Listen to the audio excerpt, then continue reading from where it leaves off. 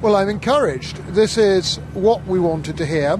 He's given us a challenge. 6 weeks to come up with an action plan. We can do that. Most things are in place. He understands that this is an artificial waterway, that this is all created by man that I'm standing on, and that we actually need to dredge the rivers and give the power back to local communities to continue doing what they've been doing since Roman times. Right, well, your constituents have told the BBC that Owen Paterson wouldn't talk to them. That's a mistake, isn't it? I'm not sure that's the case. We've had 2 meetings with representatives of the local community, farming, councils, district and county, the internal drainage boards, the Bath and West Show who's raising money. I'm not sure quite that's the case at all. And therefore we've actually been given that challenge, and we've taken up the challenge as the local community to do something about this. Now, Ian Liddell Grainger, tell us what's going on behind you there. Well, at the moment we've got pumps, as you can see to my right and left. They're pumping something like 1 million gallons a day into the Parrett and the Tone to try and alleviate the flooding, which is behind the camera, so in the way, obviously where I'm looking. And that is at the moment just holding the water steady. If we have more rain, we will have much more flooding. And the worry is that this river, which is tidal, is 40% below capacity as we speak. If we got the mud and the rubbish out here, what we're seeing to my right, your left, actually wouldn't be needed.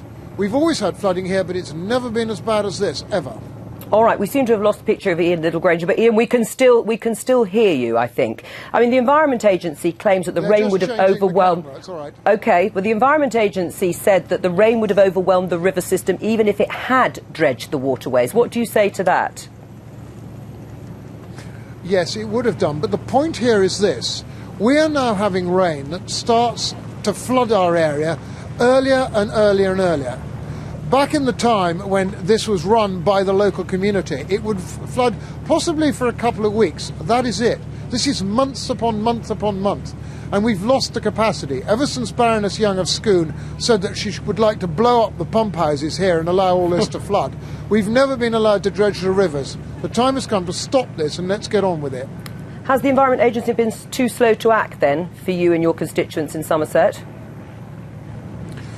It's very trite to say they haven't. A lot of people were saying they should have got the pumps in a week before they did. The problem is that until the water actually goes into the levels, you can't actually pump.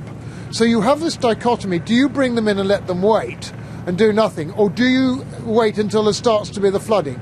It's a very difficult decision, and I think there are times when, including myself, I've cursed them like anything for not being quicker. I think in this case they were probably about right. How are your constituents? They must be worried about forecasts of more rain. Yeah. We're extremely worried, and we know it can't be any better than it is. I mean, we know there's going to be more rain. We know there's going to be more water and flooding. We need capacity to pump. A lot of people are wondering whether they should evacuate or wait.